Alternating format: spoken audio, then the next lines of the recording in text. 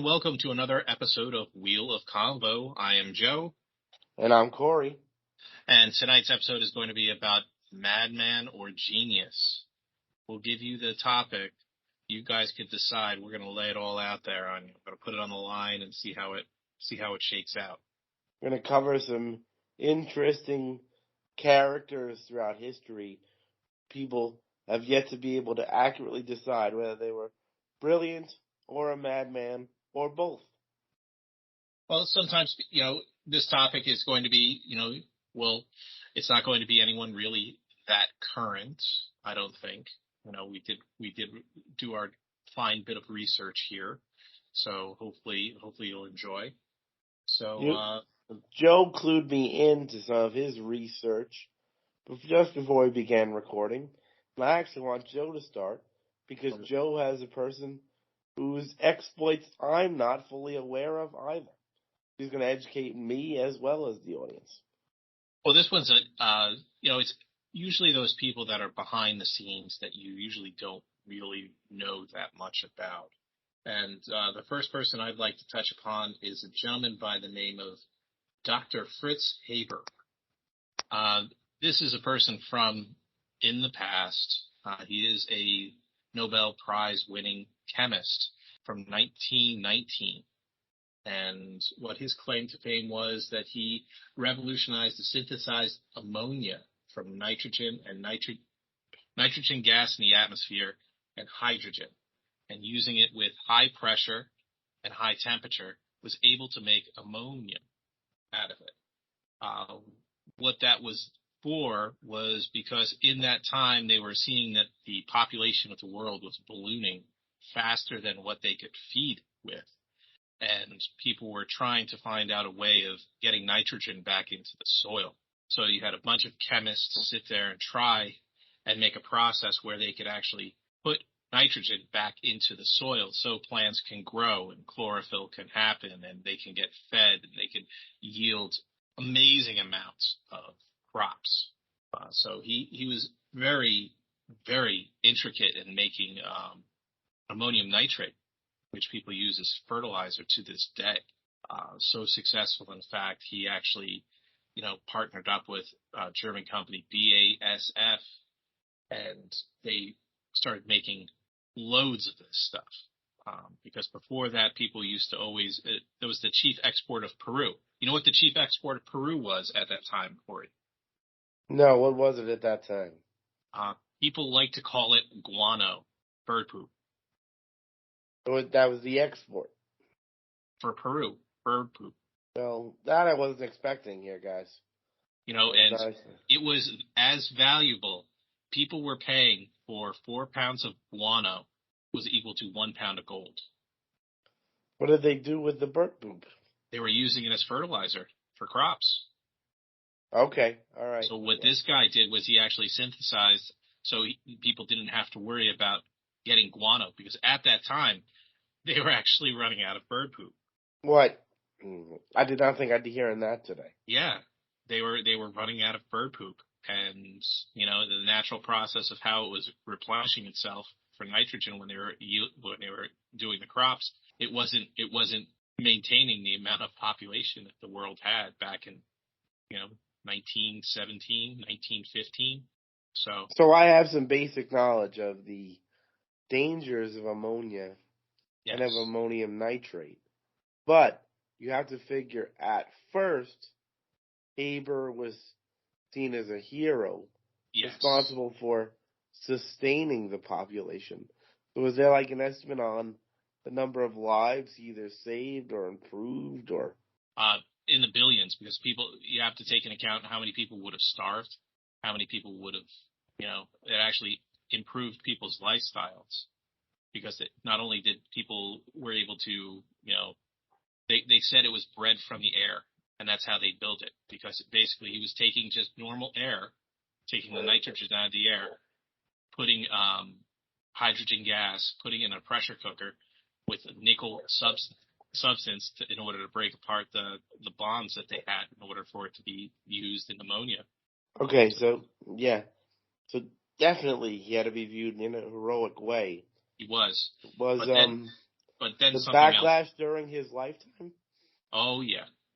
Well, during that time, what was going on that time? Around that time. A war. Yes, World War I. Yeah. And he was a patriot. He was a German, and he decided that he was going to be fighting for the Germans, and he was the father of chlorine gas. All right, well, there you go. That's a twist. So what he said was it didn't matter if a soldier died from a gas attack or a steel bullet. He goes, a death is a death. And he said that one of the things that I read about was it actually saved people's dignity because then you wouldn't have as many people mutilated. I was like, ooh. That's how that's viewed as like a clean. Yes, a clean death. Clean death. Okay. Yeah. So when he was supposed to get his Nobel Peace Prize, no one showed up because he was Dr. Chlorine, even though he was getting the Nobel Peace Prize for that other process that basically made it possible for everybody in the world to, live the way they live now.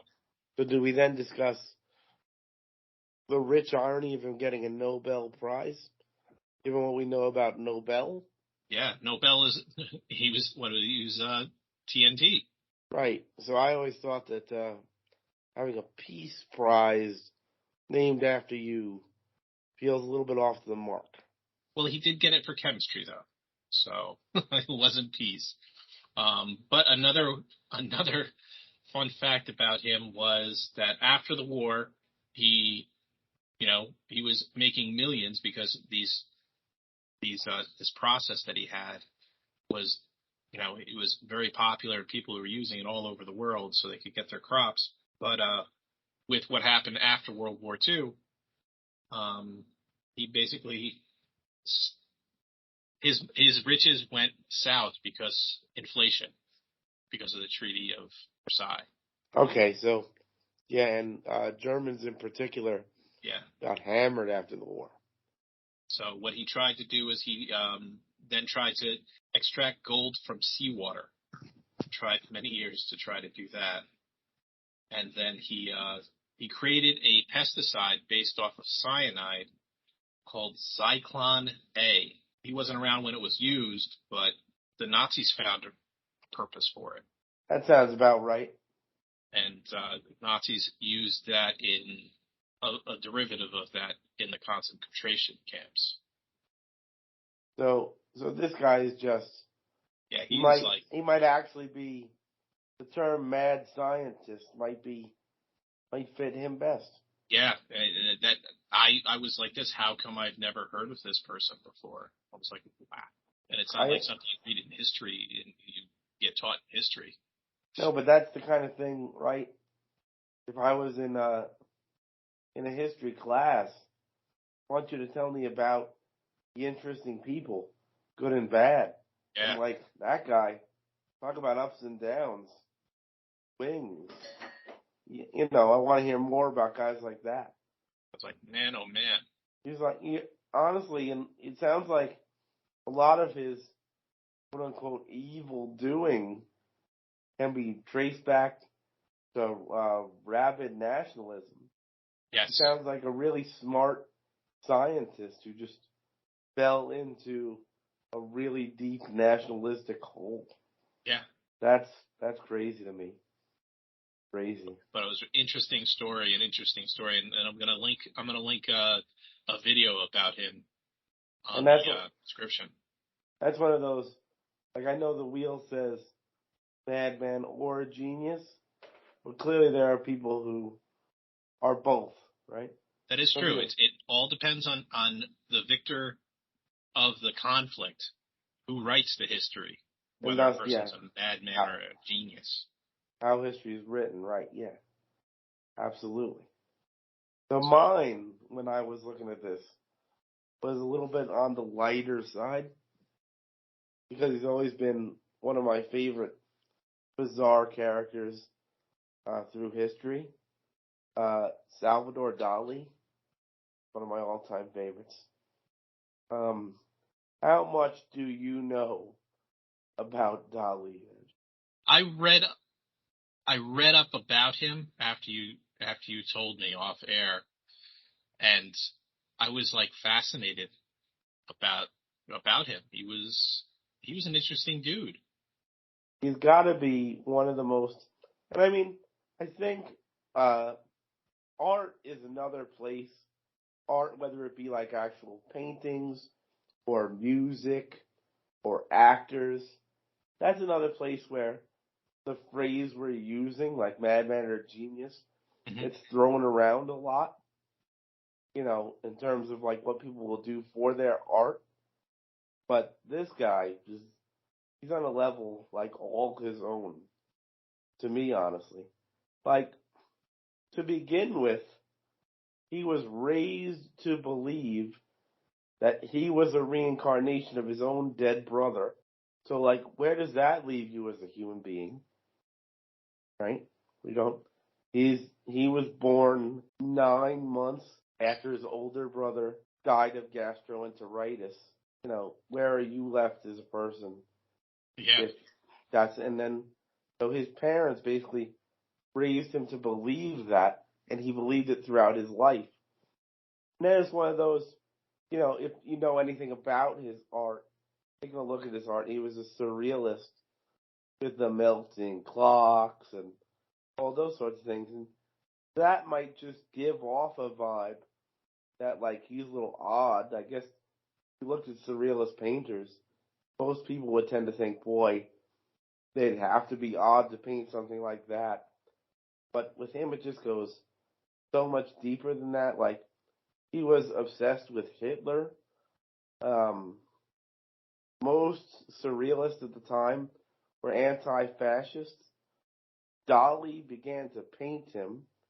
There are several paintings, including the Enigma of Hitler, and one that's actually entitled Hitler Masturbating.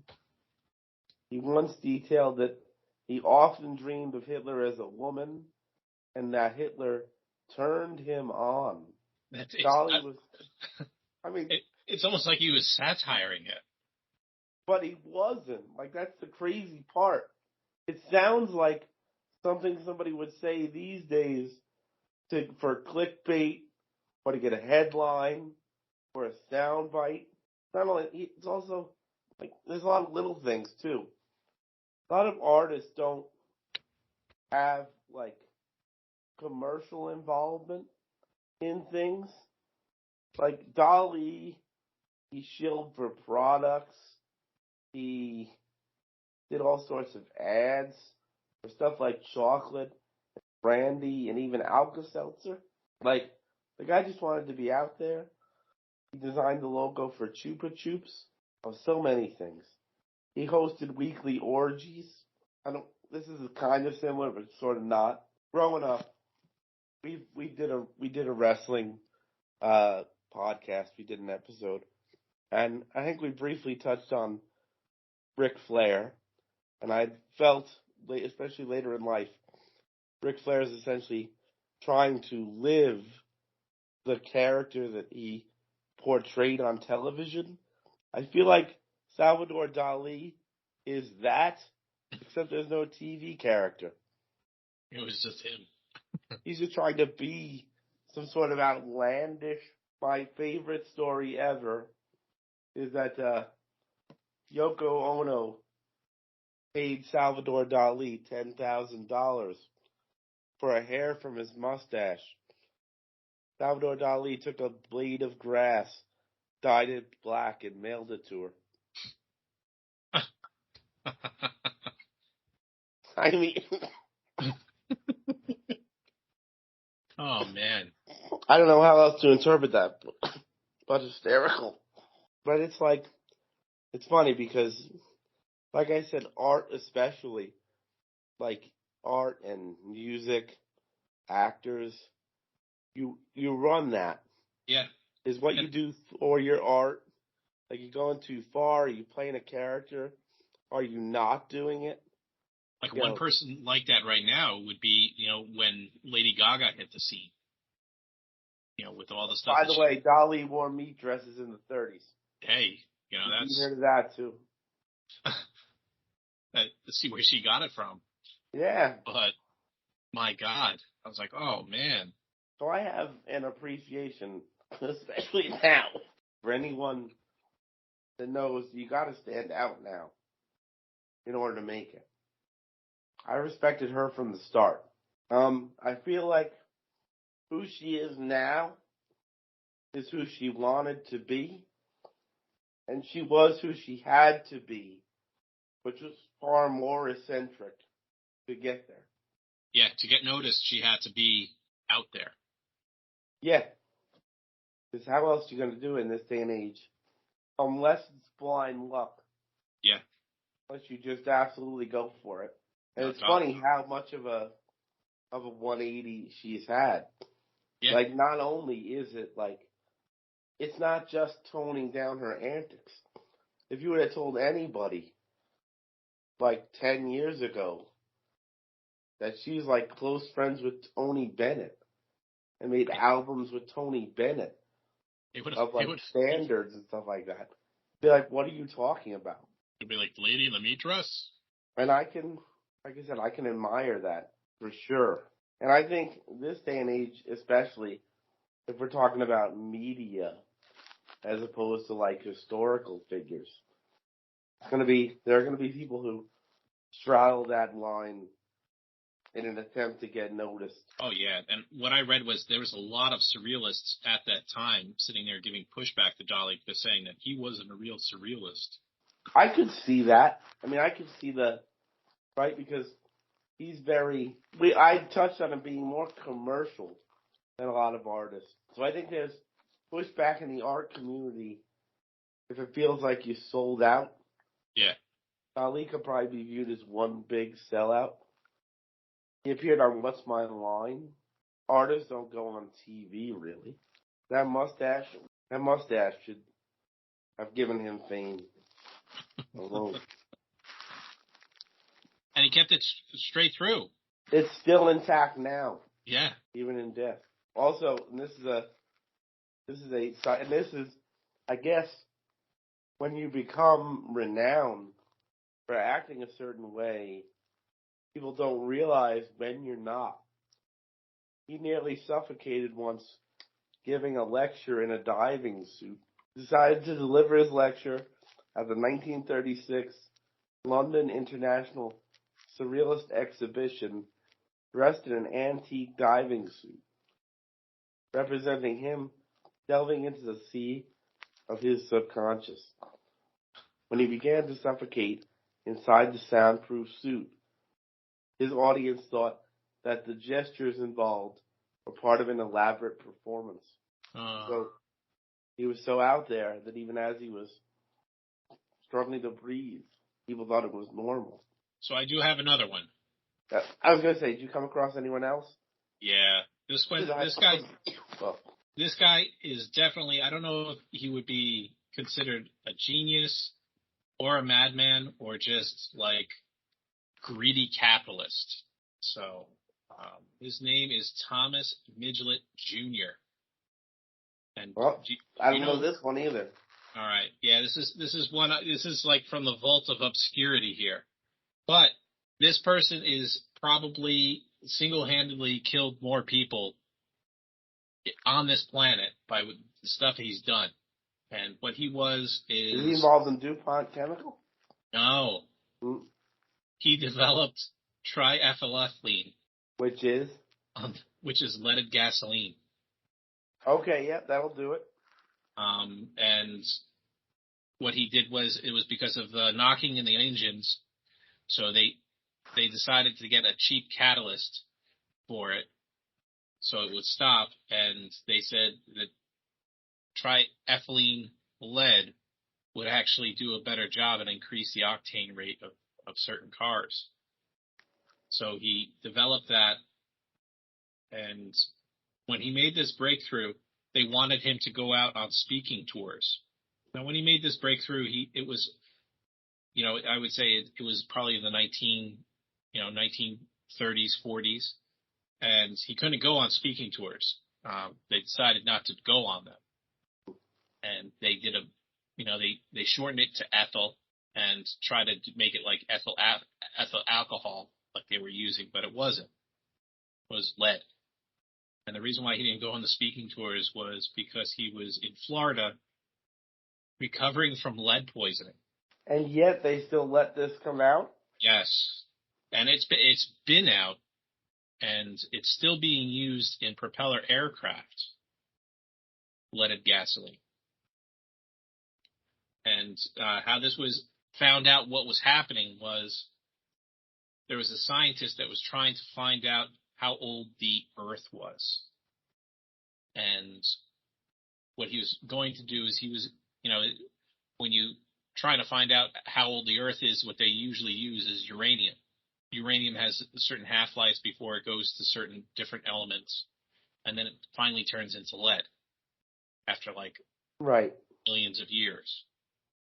And he was using crystals that had small pieces of uranium in them. And what was happening was he couldn't get an accurate date.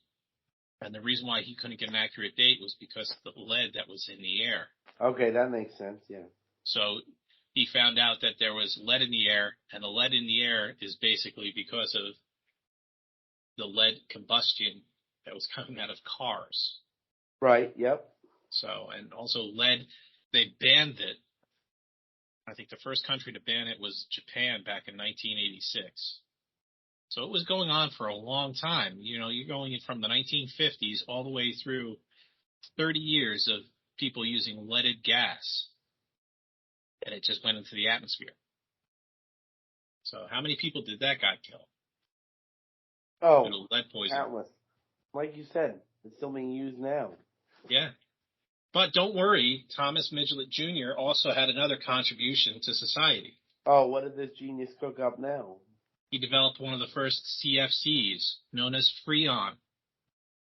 Oh, there you go. The leading cause of the hole in the ozone.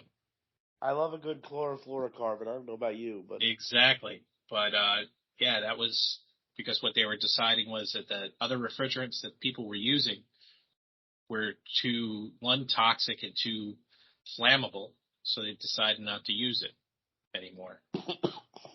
And they went cheap. Okay. So when I was researching, I came across some people that didn't have extensive. It wasn't necessarily what I would call the Madman side of it wasn't extensive, but it was interesting enough for me to mention, and then it kind of gets a laugh out of me too. Pythagoras, the mathematician who came up with the Pythagorean theorem that we all learned in school one too many times. He founded his own religion later in his life. That religion had two tenets. The first tenet of that religion was that souls are reincarnated, which seems, that's fairly standard. You got it. I give you 1,000 guesses, Joe, on the second. No idea. I don't think you could get there. I don't think I can. Beans are evil. Beans. Beans. It's because it makes people have foul-smelling farts. So it's like, it's the devil coming out of you. You're farting. That's the thing about these incredibly smart people who then just settle on these fixations. Well, he did journey with Hercules, didn't he? He I believe so, yeah. So he probably got bumped around a couple times. But that's always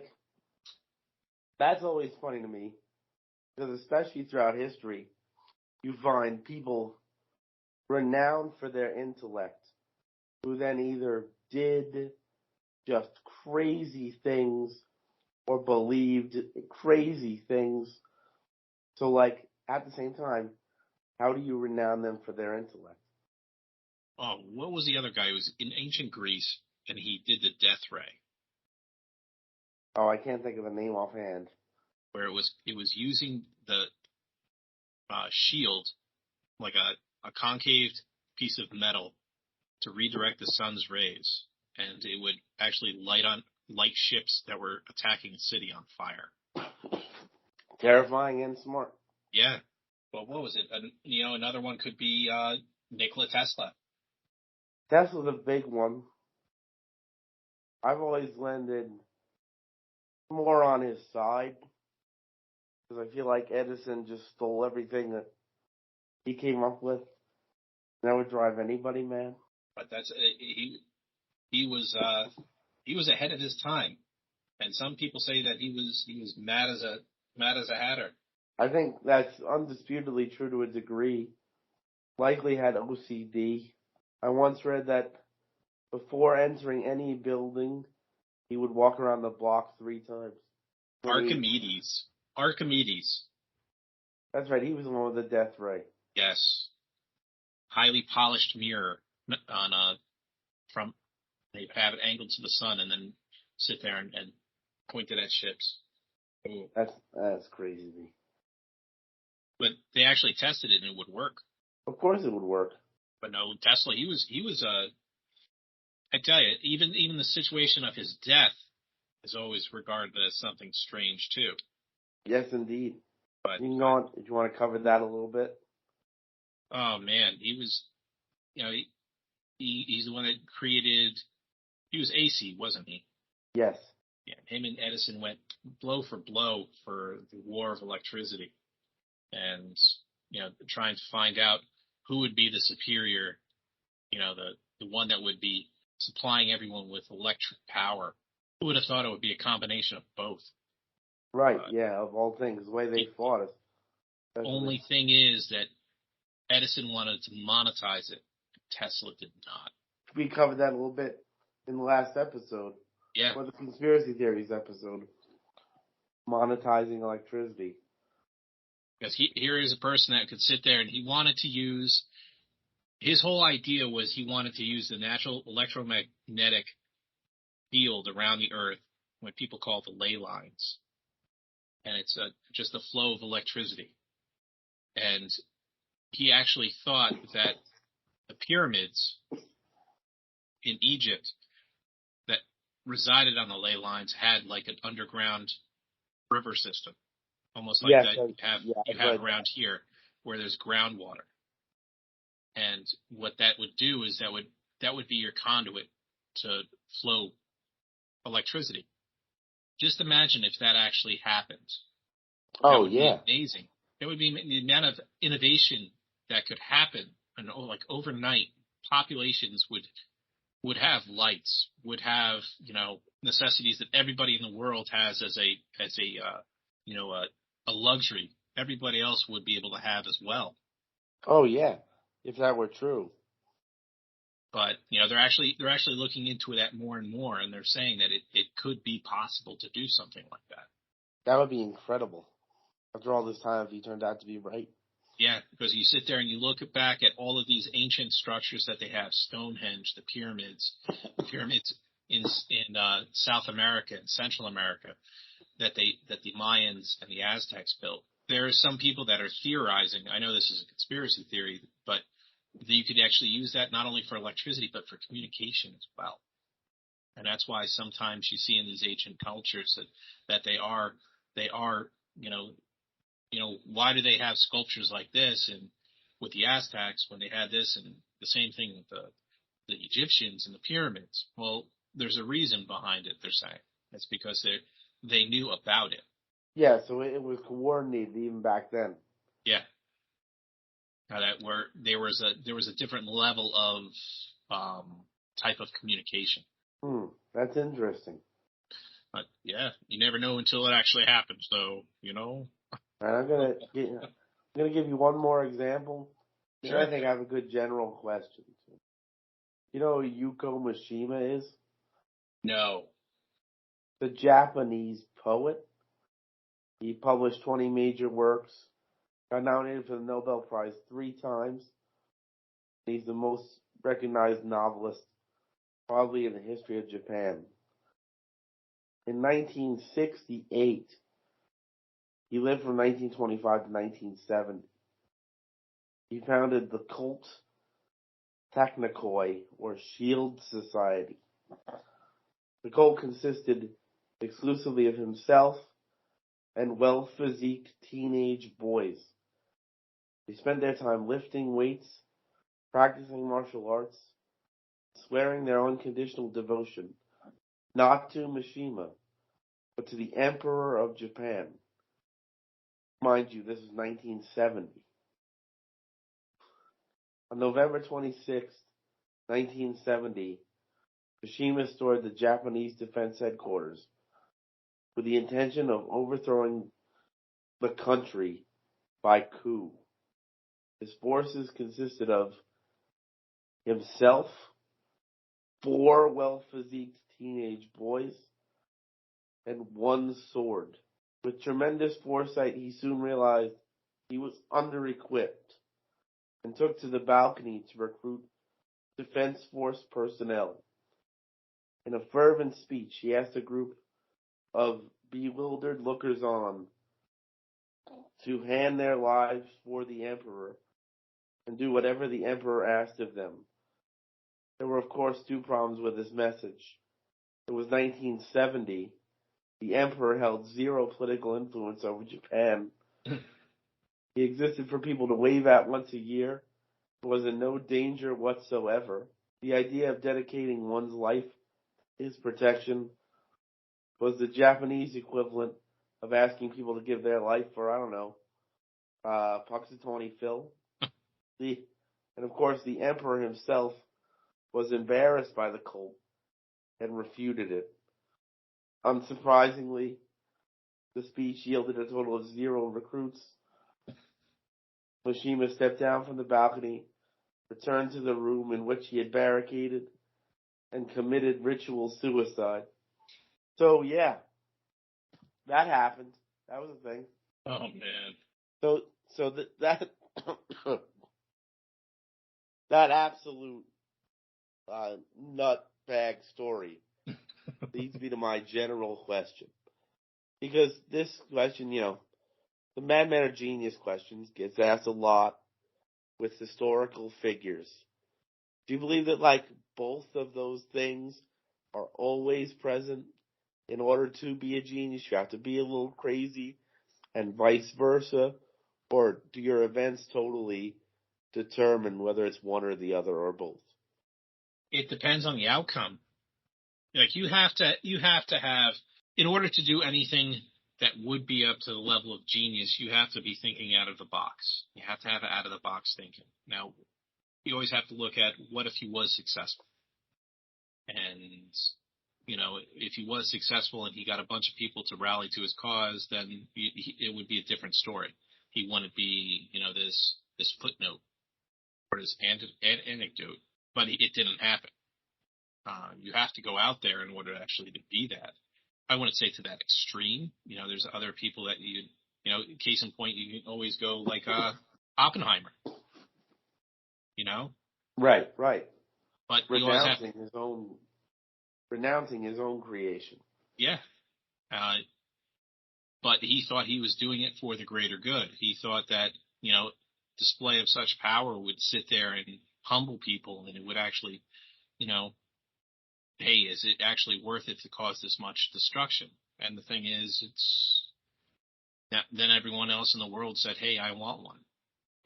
It's like That's the thing. He greatly underestimated certain people's desire, power, and greed. Yeah. And, even though it was altruistic and he was trying to, and Haber could be a in that same vein. History doesn't shine very well on him because he was on the losing side. But what he said was almost akin to what Oppenheimer said. Does the means of death actually mean more than, do the ends justify the means? We're talking from the winning side, and Haber is an interesting case because you could make an argument that he didn't do anything. None of his exploits were done out of evil, quote unquote. There's nothing deliberately evil. He thinks he's in the right at every step. And like, if you think you're in the right and you turn out to be wrong, of course history's not going to look back fondly on you. Yeah, or if you're on the losing side. Yeah. That's the thing. Say what happened. What happens if the atomic bomb didn't deter the Japanese and the World War II still kept going on? You know, right. it's like that. You know, it's what if Germany was successful in World War One? You know, Haber would be celebrated as a hero. They would have a day for him. For sure. But you know, it's his whole idea was, you know what? If I could sit there with this gas and just put it out into the battlefield, and so many people would be lost that they would shake the resolve of the other side and they would stop fighting and come to the table. And that's what it was supposed to be. It was the same thing with the nuclear bomb. The decision to drop it was you need to drop them down to their knees in order to get them to the table. They're very honorable. They're very, you know, they're going to give, or the people will uprise and then it's game over. You'll peace at any cost. And that's the same thing that he tried to do too. It's weird because, like, and this is just an observation, but it's hard to do that because it all comes back to, even if you get the public on your side with something like that, if the people in power don't do it, it doesn't matter. Exactly. So it's not like, I know that they were trying to win over the public, but that's not who it's about. And in turn, that's not who you put your invention into the hands of. Yeah. So, but I mean, it is really a fine line. And as it turns out, mostly goes back to that old saying of history is written by the winners, right? Kind of thing. That's the other thing. That's why Tesla's was basically almost unknown. Like I didn't learn about Nikola Tesla in school. School's an odd one. Yeah. But that's the thing is, you know, you did learn about Edison and the light bulb and the moving pictures and all of that stuff. But you didn't learn anything really about Tesla. Yeah, there was a guy named Tesla. He did alternating current. That was it. You know, all this stuff arguably more efficiently than Tesla or Edison did it. But he's not the one who history chose to glorify.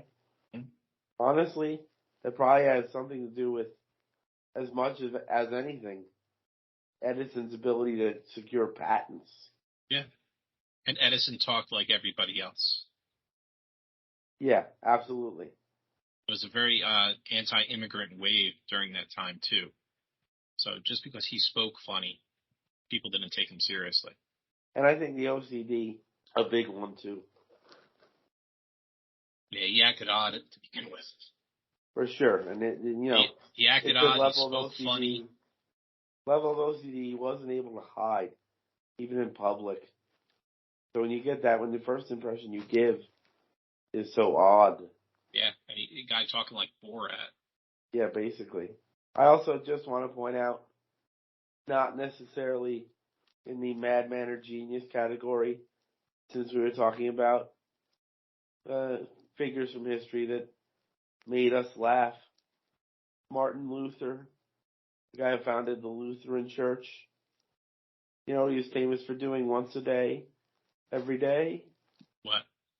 Eating a spoonful of his own shit. Oh, man. Yeah. That he couldn't understand the generosity of a God who gave us freely such important and useful remedies. That's a direct quote on eating his own shit. That's the other thing, too. He didn't die from dysentery, did he? Don't believe he does. But that's the other thing, too, right? If you are a historical figure, especially back then, because now, you become famous now, every skeleton in your closet is out. If you just go back through history and look at some of the skeletons in these people's closets. Oh, man. And I'm not sure if it's Madman or Genius material, but it's entertaining. Oh, God. The entire life of Howard Hughes comes to mind. Howard Hughes is another one that would be on this list of madmen or geniuses. Because that man, his parents died, he inherited his tool company, and all he did, I believe, was do tap and die sets. That's all that company did. Yep. And I think so. He sat there and wanted to make his own movies, and he did. Hell's Angels. And then from there, he just got passionate about aviation. And that man he was broken. Oh, by the end, he had completely slipped. He completely slipped. But there was a time in the middle where where the cracks had begun to show, but his public image was pretty good. Yeah.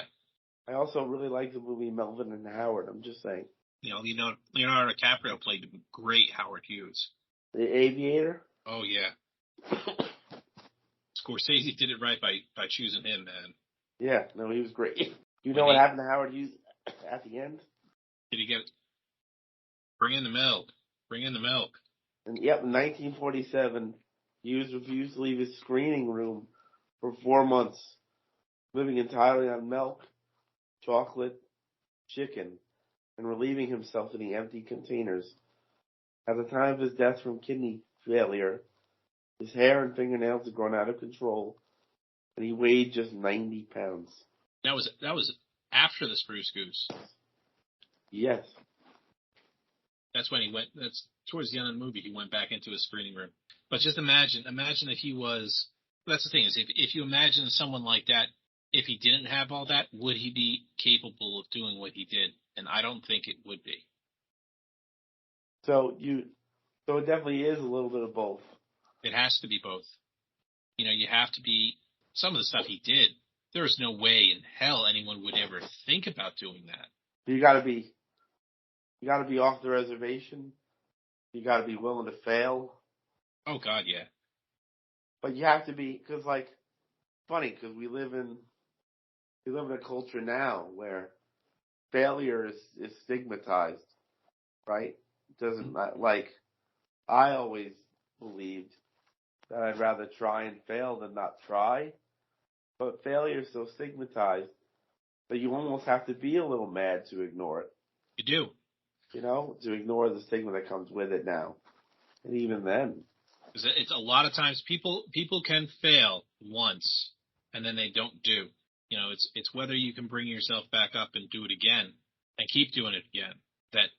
That really defines who you are. But man, oh man, talk about a person who was. We may have to. That's like a topic on itself, man. We might have to circle back to Howard Hughes one day, on its own. I also, since I brought up a little list of people from history that had some notoriety or power or fame that made me laugh, let us not forget King Charles IV of France, who thought he was a wolf made of glass. I don't even know how to interpret that any further than people going up to him and be like, "You're clearly not made of glass, clearly not a wolf.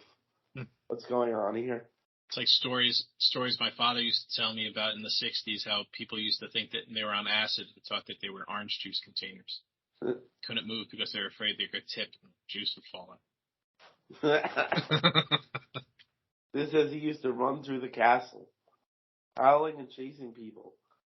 Didn't want anybody to touch him because he thought he would shatter. I mean, that's just outstanding, objectively. But hey, he was a king. It's good to be the king. That's what Mel Brooks says, right? Yeah, I mean, I guess back then, all you needed was a non-crazy family member to be the king first. Yeah. All right. Well, that was a fun combo that touched on quite a few eccentric characters, which is what I was hoping this topic would do. I like the obscure and the eccentric. I feel like you do as well. I do. I find it humorous. Let's bring your video up, Joe, so I can see. Bring my video up. That wheel. All right, so we're gonna give it a spin for the next episode, and we'll see what it turns out to be. Oh my! Oh, a Obscure history. All right, we kind of did a little bit of this with this episode, but I think we can touch on some great obscure events as well as people, and this could be really fun. Oh, this is gonna be really fun. It's like this will be like a short little, like a little dash of little anecdote history things and stuff people really don't know. Especially events people don't know, because there are a lot of events from either smaller countries or smaller conflicts that are nuts that people don't know. It's like we could go back and forth and just start rapid firing things. Yeah, and I think we could have a lot of fun with it. Oh yeah. Why I was excited when we put this on the wheel. But so what we'll be doing is be talking about obscure history on the next episode. So until then, I am Corey.